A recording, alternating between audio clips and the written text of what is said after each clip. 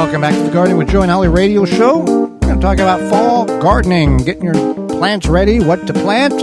But first, a word from our good friends of Honey Bee Healthy. Since 2000, Honey Bee Healthy Inc. has helped beekeepers maintain healthy and thriving hives. Attracting pollinators to your garden this year is as simple as hanging a hummingbird feeder with a mixture of sugar water and Honey Bee Healthy Original. Don't be alarmed to see birds, bees, and butterflies dining together at the feeder. Pollinators coexist peacefully. Honey Bee Healthy Inc. is offering a 10% discount on an 8-ounce bottle of Honey Bee Healthy Original to this show's listeners. Enter discount code BEEGARDEN at checkout. For more information, mixing instructions, and to purchase products, visit honeybeehealthy.com. Well, fall is not here. It's not here. But in order to be a successful gardener, one must prepare for the upcoming season well before the season arrives. Just like big ag, you're already planning for what you're going to put, how you're going to deal with the fall and next year and what's your crop rotation and all this other stuff. So some people believe, or some people do practice the art of gardening from Memorial Day to Labor Day, and that's the end. Others expand from early, as soon as they can get in the ground, to as late until the frost or the snow comes. And some have worked into their regiment a way of growing a lot almost year-round with low tunnels, high tunnels, and greenhouses.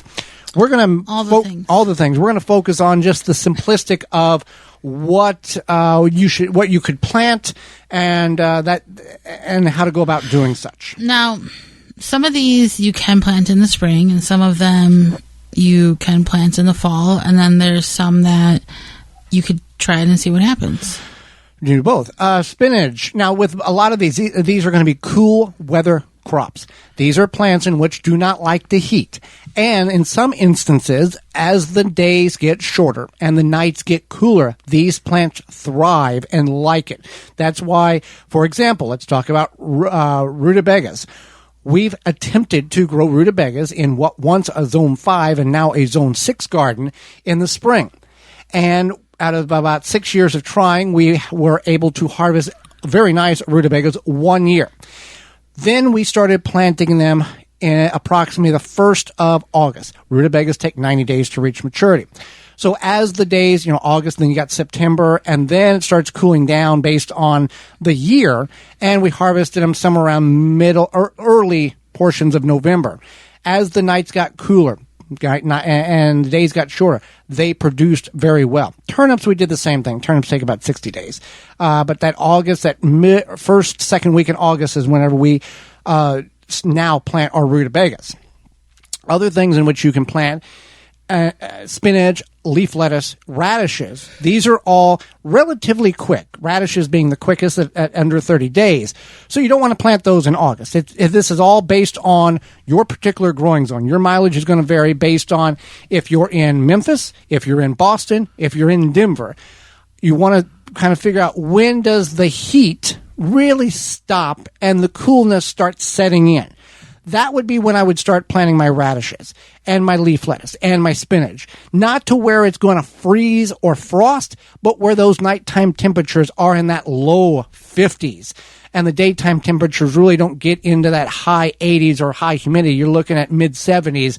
And you can grow these in partial shade as well. Leaf lettuce, you can harvest at any time, but about 45 days to maturity. Spinach, give or take, somewhere in that range as well. Right.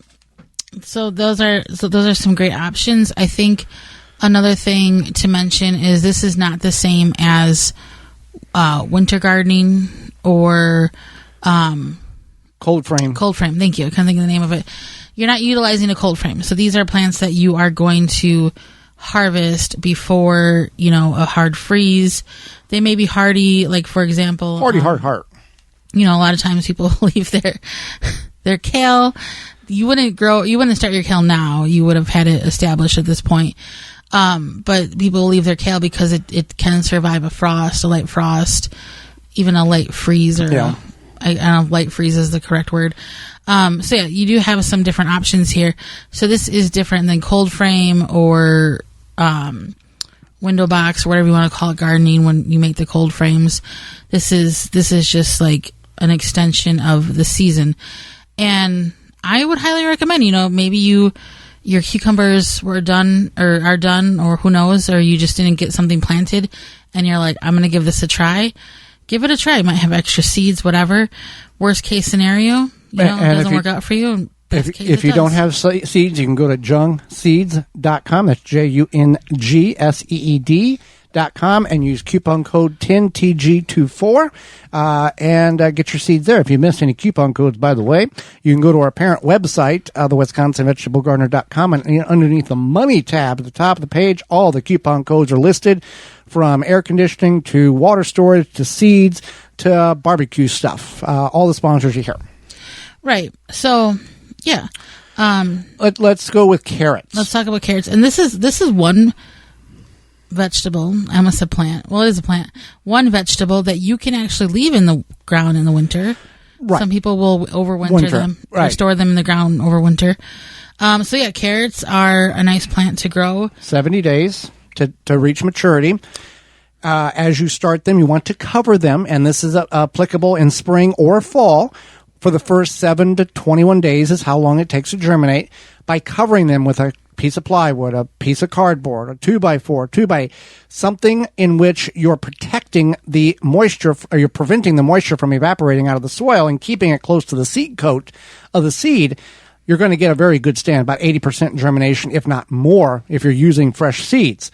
And then every 7 days, you'll check and lift up that board. Is it there? Do you see white stringy things? That's the carrots. Go ahead and remove that board or that covering, and then they will turn green and start flourishing.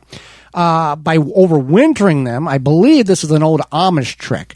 Wherever the carrots are at, you will mound leaves on top of them. And I'm not talking about a couple inches. I'm talking about 2, 3, 4 foot, whatever you got. Big mountain of leaves. Like a whole heap. A whole heap of leaves, so much that the neighborhood kids could hide in it and you wouldn't know they're there. Clubhouse size of leaves. And what you're doing is you're creating a refrigerator. You're covering the carrots, preventing the soil from freezing. And then as you want to harvest them, you would dig back, and you're going to have, the soil is going to be very cold. Dig back and then dig out the carrots. Now, I do not have the statistics on, if it's 37 degrees below zero and I'm in Duluth, Minnesota, is this viable? Will it work if I have 7 foot of leaves on top? I don't have that statistic. I'm sure there is something on the World Wide Web, which is now on computers, that would tell you what the parameters of that on. But we're talking, it's October. You got a snow coming. The temperatures are not going to get really below 20, 25, 18. It's not going to be frigid, middle of the Arctic type of temperature when it comes to this. Right. Swiss chard. That's a good one. Especially if you don't have an opportunity to grow it for a long time, maybe it didn't do well, you'll still get, some sort of greens, little. People will substitute or use the substitution. Swiss chard will grow all year round or all summer long. It's not heat sensitive. And if you grow spinach, this is a good alternative. It's not spinach, but it's a good alternative. And for fun, you can make cheesy Swiss chard burritos. Yeah, so this is something Joey likes to do. Basically, you take your Swiss chard, cut the stem out, or the center portion of the leaf, and then you take, what kind of cheese do you use? Whatever cheese you like, shredded cheese. Shredded cheese. That's what I mean. Was it sliced or shredded cheese? And then you roll them up like a little burrito taco situation. Mm-hmm. You use toothpicks. And then what do you do? You can either put it on the grill for about 45 seconds, or you can put it in the microwave for 15 seconds. What occurs is you have that cheese melt and bond to the Swiss chard leaf, and you got this little cheesy, kind of healthy, kind of not healthy treat. Yeah, that's exactly what it is. So it's delicious. Well, and Swiss chard now, fun little fact, the whole plant is edible, the leaf and the stem. And there's multiple colors, rainbow Swiss chard, which is, a burgundy, a green, a white, a yellow. Most of the Swiss chard we grow is white stemmed. And people typically will utilize the leaf portion for the edible. However, we did do pickled Swiss chard stems. and it is one of the most popular videos on our website. It was horrible to eat for us. We did not care for it. It was like, it almost had the texture of pickled celery. Yeah, it was weird. It was like, I think, was it kind of stringy? I don't remember. There was something stringy, that was like, it was just stringy, and it was like chewy. And chewy and then crunchy at the same time. It was odd. It was an odd texture. It was a legit canning from Ball Canning. It was not something we concocted. I feel like if you drank a lot of like Bloody Marys, you probably would like that as a garnish. Maybe if you like celery, kind of. Pickled Swiss chard stems is what the video is listed on the website and on YouTube, and I'm sure there's other people whom have done such a thing. Well, Holly, summer is in full swing, and the nasty Japanese beetles are, if not already, soon to be ready to attack and wreak havoc on your yard.